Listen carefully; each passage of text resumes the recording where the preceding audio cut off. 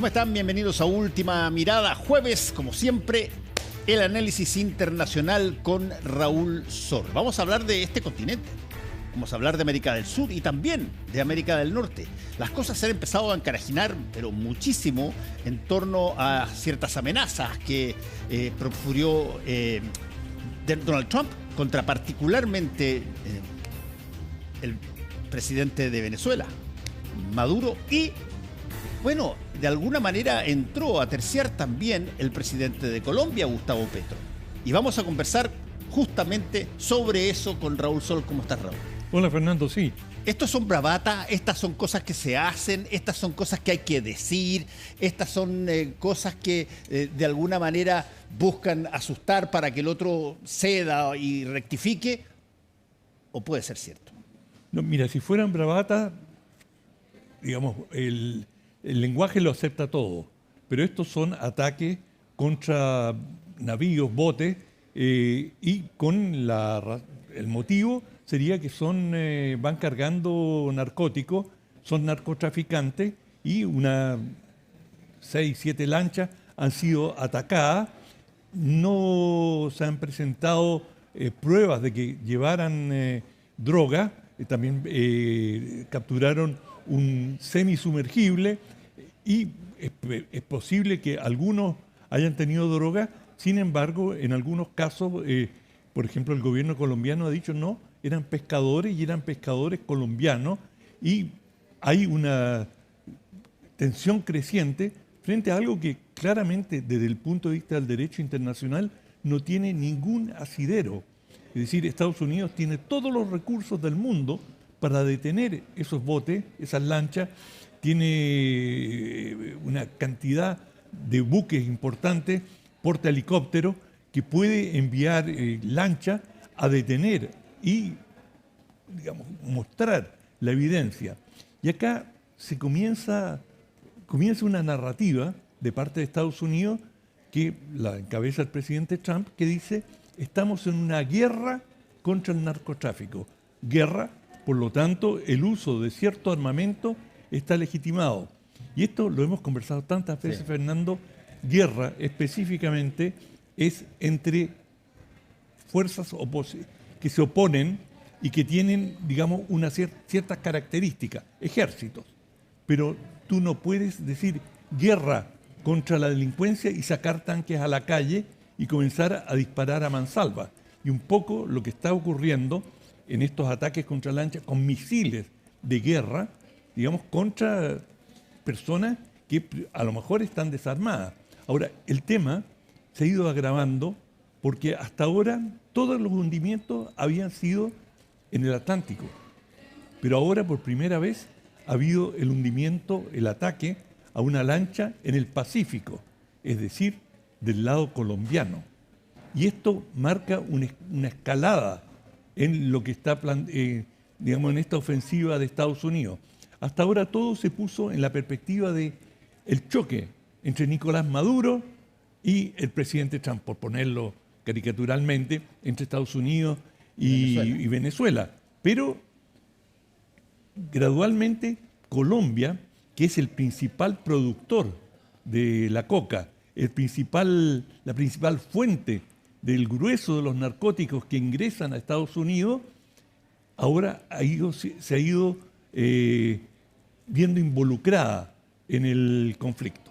Ahora, hay una cosa que hemos conversado muchísimas veces cada vez que surge este tema, que es lo que se podría definir como por qué lado se aborda la estrategia de enfrentar a los narcotraficantes. ¿Por el lado de la demanda o por el lado de la oferta? La demanda, bueno, la provee el consumidor, el que pide droga. El mercado que paga por la droga. El mercado que paga por la droga y que paga muy alto. Y eso no hay ninguna muestra, si se quiere, de confusión al respecto. Para decirlo simple, sin demanda no hay oferta. Exactamente. Y por lo tanto, ¿cuál es el país que más demanda? Uno de esos es Estados Unidos. Sus habitantes compran, quieren, piden droga. en términos, siendo ilegal. Y la otra variante es, bueno, quien ofrece droga. Si que tú cortas la oferta de droga, ¿se te acaba el problema?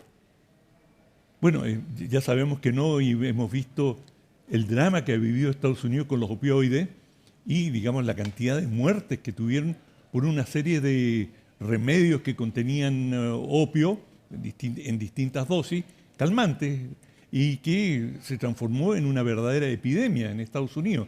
De manera que el problema, digamos, si no es esta droga, va a ser otra, puede ser la cocaína, pero pueden ser drogas de laboratorio elaboradas en Estados Unidos. Estados Unidos, digamos, se producen en Estados Unidos una cantidad enorme de drogas y por lo tanto es la demanda el tema central. Ahora, cuando se trata de combatir el narcotráfico y específicamente la cocaína, que es un gran negocio, es decir, mueve volúmenes pero importantísimos de dinero, bueno, hay que combatirla tanto en el país productor y tratar de erradicar los cultivos y buscar alternativas para los agricultores que dejen de, digamos, participar en este tráfico y, por cierto, en el país consumidor, tratar de educar a la población, generar condiciones para bajar la demanda. Y uno ha visto, digamos, ejemplos muy interesantes en el mundo, especialmente Holanda, que tenía un drama muy serio con la drogadicción y han logrado, digamos, a través de educación, a través de abrir cantidad de centros y de un trato muy humano. Te lo digo porque... Trabajando tanto la oferta como la demanda. Exacto. Digamos, y cuando digo demanda, me refiero a las víctimas, porque finalmente son seres humanos y cada ser humano tiene una historia de cómo llegó a consumir, cómo cayó en las redes de los narcotraficantes. A mí me tocó visitar centros de recuperación de adictos y bueno, es un trabajo largo, tedioso, pero que a la larga a los holandeses les ha dado fruto.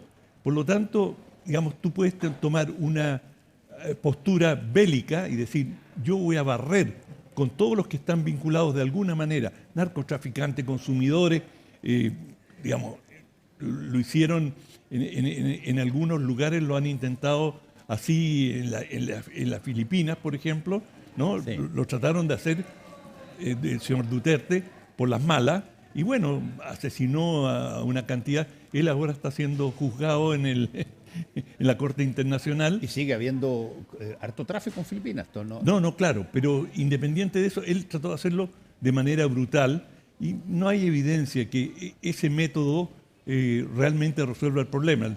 El problema del consumo es complejo, pero volviendo a la situación aquí en la región, esto es tremendamente grave lo que está ocurriendo y bueno, hay el debate y la gente se pregunta, ¿qué es lo que está tratando de hacer Estados Unidos? ¿Está tratando de sacudir el árbol para que caiga la manzana madura? ¿O esto es el comienzo de una intervención? Ahora, hay un punto interesante en eso que tú estás diciendo, Raúl, que tiene que ver con, uno puede entender que haya preocupación y haya por lo mismo conductas que se hacen para enfrentar el narcotráfico. El narcotráfico es una epidemia de daño y es una, desgraciadamente, es una situación de dependencia para muchas de las personas que consumen. Esas personas, no porque haya una redada y se les corte el vínculo en la cuadra donde están, eventualmente van a dejar de consumir y van a dejar de necesitar que alguien les provea la droga. El tema de fondo es un tema humano súper complejo. Cuando tú quieres algo por múltiples razones, como algunas de las que tú enunciaste, múltiples razones, porque estás mal, por cualquier cosa, porque te gusta, porque, no sé, es la moda, lo que sea. Pero cuando eso te lleva a generar una industria, la forma de enfrentarla históricamente siempre ha sido atacar básicamente la oferta, mucho más que la demanda. Sí, Bueno, varía de país en país y, digamos, hay distintas experiencias.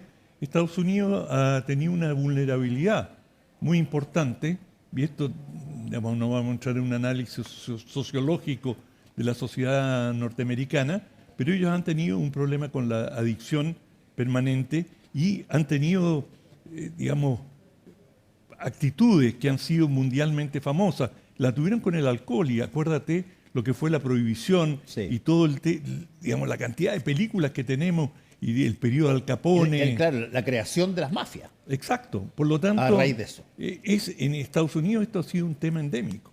Ahora, dime una cosa. Nicolás Maduro y Gustavo Petro reconocen la responsabilidad que tienen como dirigentes de un país donde se produce y se distribuye droga? Claro que sí, lo reconocen, pero, digamos, bueno, Petro puso la prioridad en resolver lo que él, digamos, establecer la paz con la guerrilla y, digamos, anteriormente el gobierno del presidente Santos, ¿no?, logró un acuerdo con la FARC y se dijo durante mucho tiempo que las FARC eran las grandes articuladoras del narcotráfico, lo cual demostró no ser la realidad porque la producción de coca ha ido aumentando incluso sin la presencia de las FARC. De manera que, pero Estados Unidos en la lucha contra las FARC en Colombia dio cantidades enormes de dinero, esto se llamó el Plan Colombia, y entregó miles de millones de dólares que fueron principalmente a las Fuerzas Armadas para, digamos, bajo el rótulo de la lucha contra el narcotráfico, pero en la práctica era la lucha contra la guerrilla. Fue derrotada la guerrilla y los fondos de Estados Unidos fueron decreciendo. Y ahora, en la última disputa entre, digamos, Petro y Trump, el gobierno norteamericano le ha dicho a Petro, ¿sabes qué más? Se acabó la ayuda militar de Estados Unidos a Colombia y le sustrae o le resta o le va a negar 400 millones de dólares anuales, lo cual para Colombia tampoco es un drama, afecta a las Fuerzas Armadas, pero no es algo que les impida seguir operando. Ahora, hay otro punto que es un derivado de esto mismo, Raúl, que tiene que ver con, tú lo mencionaste al pasar ahí, que tiene que ver con, bueno, las otras alternativas que han empezado a crecer. La coca es una planta que tú tienes que trabajarla para que te dé cocaína. Exacto. ¿No es cierto? Bueno, pero tú mismo lo mencionaste, han aparecido una serie de otras drogas de laboratorio. De laboratorio, que ya no necesitas un campo gigantesco donde te planten. No, lo puedes producir en Nueva York. Exactamente, lo puedes hacer en un baño. En un sótano. Bueno, ese tipo de fenómeno ha crecido muchísimo. Y no tiene aparentemente un trato equivalente a el trato de la guerra contra la droga cuando es de otro país. Sí, pero parece que, digamos, no tengo las cifras actualizadas, pero el tráfico de cocaína mueve decenas de miles de millones de dólares. Sí. Es impresionante. O sea, es un negocio al cual es difícil escapar. O sea, la tentación. Bueno, tú sabes que en promedio los narcotraficantes no viven más de 35 años. La vida es corta. Porque no solamente porque los capturan y muchos de ellos terminan en prisión, pero las disputas entre narcotraficantes son terribles y las disputas territoriales y por abastecedores son crónicas, de manera que, digamos, aunque reciben grandes cantidades, tienen poco tiempo para disfrutarlas, ¿no? Pero lo que te dice esto es que hay un aliciente, hay un incentivo, sobre todo en sociedades. Y uno ve digamos, los sicarios en Colombia, chicos de los orígenes más humildes. Y bueno, están dispuestos a matar a alguien por plata. Exacto, incluso por cantidades mínimas. Y a veces con una idea romántica, es para dejarle algo a mi madre. Es decir, existen novelas, existen narraciones sobre esto. Y bueno, tú tienes por un lado el elemento de corrupción generalizado, sistémico, porque esto no podría operar sin jueces que hacen la vista gorda, sin policía, sin militares, sin periodistas, sin abogados, es decir, toda la sociedad médico se corrompe. O sea, al final te diría, y después vamos a hablar de un libro sobre un poco este tema, es decir, el elemento corruptor del narcotráfico es terrible. A mí no me gusta usar metáfora, pero verdaderamente es un cáncer. Sí, ahora, el problema es que hay cánceres que tú puedes extirpar y que puedes mejorarlo y puedes terminar siendo una persona normal. El tema del narcotráfico es, yo insisto en la importancia que tiene. El tema es que siempre hay, hoy día, gente que te lo pide. Hay una demanda muy grande por droga. Y quizás puede ser por un montón de razones que podemos pasarnos todo el día conversando sobre... Por lo menos en la mañana. Claro, sobre por qué alguien necesita un empuje, un empujón de una droga para poder funcionar. Y la respuesta tiene un extremo. Tiene el extremo de que uno diga, pobrecitos, estos gallos siempre tienen muchos problemas, tienen poca plata y por lo tanto se distraen de esta forma. Pero evidentemente, aunque eso pase, es algo inaceptable. Porque la droga cuando entra se propaga, pero no solamente por personas que tienen una especificación particular en su conducta. Bueno, en el caso de la cocaína hay una expresión en inglés que es muy interesante, que es cocaine chic. Y es algunas modelos tienen ojos con grandes ojeras, no me refiero a ojeras a bolsas bajo los ojos, sino que un tinte oscuro, y a eso se le llama cocaine chic. Y eso parece que tiene un atractivo. Y bueno, ¿a qué se refiere esto?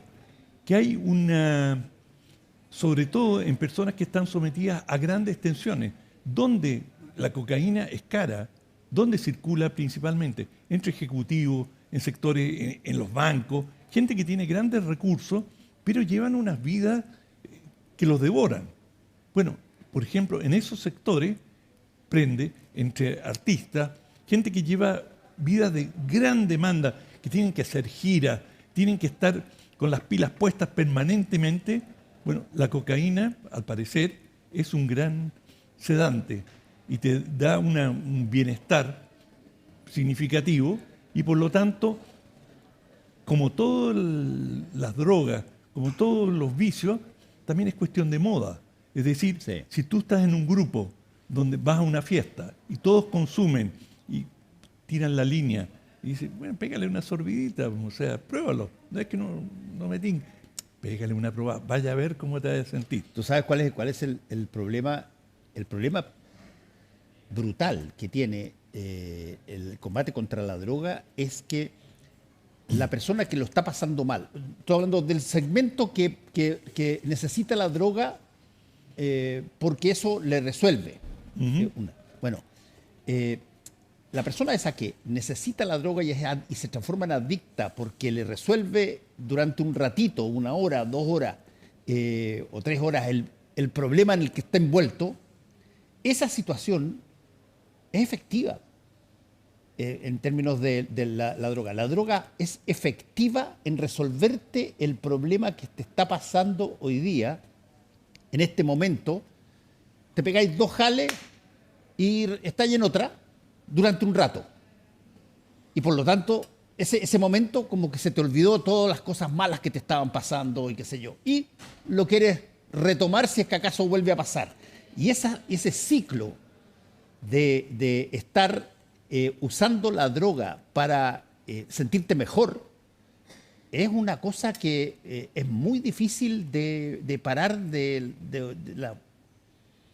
rápido. Claro, dicho de pasada, estamos hablando de la coca porque partimos con Colombia y Venezuela, y Colombia es el principal productor de coca. Pero hay otras drogas que son igualmente importantes, como la morfina, y produce las mismas adicciones y tiene efectos relativamente Sí, pero la similares morfina tú la a la usas cocaína. también en la sala de cirugía. Pero por supuesto, es un gran anestesiante. Claro. No, y genera un estado de bienestar. Es decir, todos los que han pasado por operaciones reciben, digamos, operaciones mayores, a corazón abierto, por ejemplo, que reciben morfina. Pero eso es legal y está controlado No, claro, está controlado por médicos Claro. y, digamos, te lo dan en dosis medida y durante un periodo muy acotado. No, esto para, digamos, reforzar la idea que también con la marihuana hay utilización médica y ha habido, digamos, campañas por la legalización de la marihuana, justamente por eso, porque es efectiva en paliar, como paliativo frente al dolor. Y personas que están sufriendo, por supuesto, hay un elemento de humanidad por parte de los médicos. El problema es el negocio que se gira en torno a todas las drogas que son ilegales. Exacto. Porque hay muchas drogas que tú mencionaste, la morfina con un acompañamiento médico responsable que te lo receta y que te lo hace, pucha, pasa a ser una droga benéfica. No, por supuesto, pero del lado negativo hay una expresión que usan los norteamericanos también bastante, que lo encuentro muy buena, la cola que mueve al perro. Sí. Entonces, digamos, el narcotráfico, finalmente, que es la cola, por así decirlo, termina moviendo al Estado. Claro. Y logra tal gravitación en la sociedad que el conjunto del Estado, como decía, en distintos estamentos, comienza a ser penetrado e influenciado por la droga. De manera Por que, la plata de la droga. claro, efectivamente por la plata. Y si bien los carteles se mantienen acotados en su tarea, tienen una capacidad de corrupción del conjunto de la sociedad prácticamente infinito. Ya. Por lo tanto, te digo, yo creo que el narcotráfico es, en muchos casos, el principal enemigo de muchas sociedades. Sin duda. Tú dijiste La cola que mueve el perro, que es una gran película a propósito. Exacto, También. exacto. Vamos a tu libro. El libro. Bueno, el libro sigue en el mismo tema. Es un libro de Claudio Fuentes, un cientista social Sí, claro, conocido que tú has entrevistado muchas Mucho, veces. Y el libro se llama Los temores de la calle, cómo se instaló el miedo en la sociedad chilena y cambió nuestras vidas. Mira, de un tema al otro derivamos directamente, publicado por Catalonia. Es un libro ameno, un poco técnico, pero Claudio Fuentes trata y lo logra de personalizarlo. Es decir, él incluso narra muchas de sus experiencias personales. Entonces parte contando cómo cuando era joven viajaba desde San Bernardo a Santiago en una micro y cómo ha ido cambiando el trayecto, cómo han ido cambiando las actitudes en función del miedo, de la inseguridad y qué es lo que, digamos, él aborda un tema que lo hemos discutido hasta la saciedad y se va a seguir discutiendo. ¿Cuán grave es la situación de la delincuencia y cuánto es percepción? ¿Qué responsabilidad tienen, mea culpa, los medios de comunicación y cuánto es objetivo? Bueno, Claudio Fuentes plantea que los medios de comunicación no son el principal promotor del miedo y que él cita varios estudios. En general es un libro bien documentado, es breve y por lo mismo toca superficialmente una serie de temas. Pero para quienes quieran ingresar al tema de los temores y de dónde provienen y cómo se fabrican, Gran tema. Por un lado cómo se fabrican y de otro de dónde Ahora, provienen efectivamente. Cuando estamos aquí a puertas de una elección y la elección se ha convertido en prácticamente todas las democracias del mundo en un crisol, una inversión de miedo. Exactamente. ¿Ah? Todos invierten en meterte cuco para que tu voto vaya Y él aborda a su muy bien solución. ese tema. Me refiero a Fuentes. Muy bien. ¿Cómo se llama el libro entonces? Se llama Los temores de la calle. Los temores de la calle. Muy bien. Muchas gracias, Raúl Sor. Gracias a ustedes por su sintonía. Nos encontramos acá el próximo lunes. Que les vaya bien.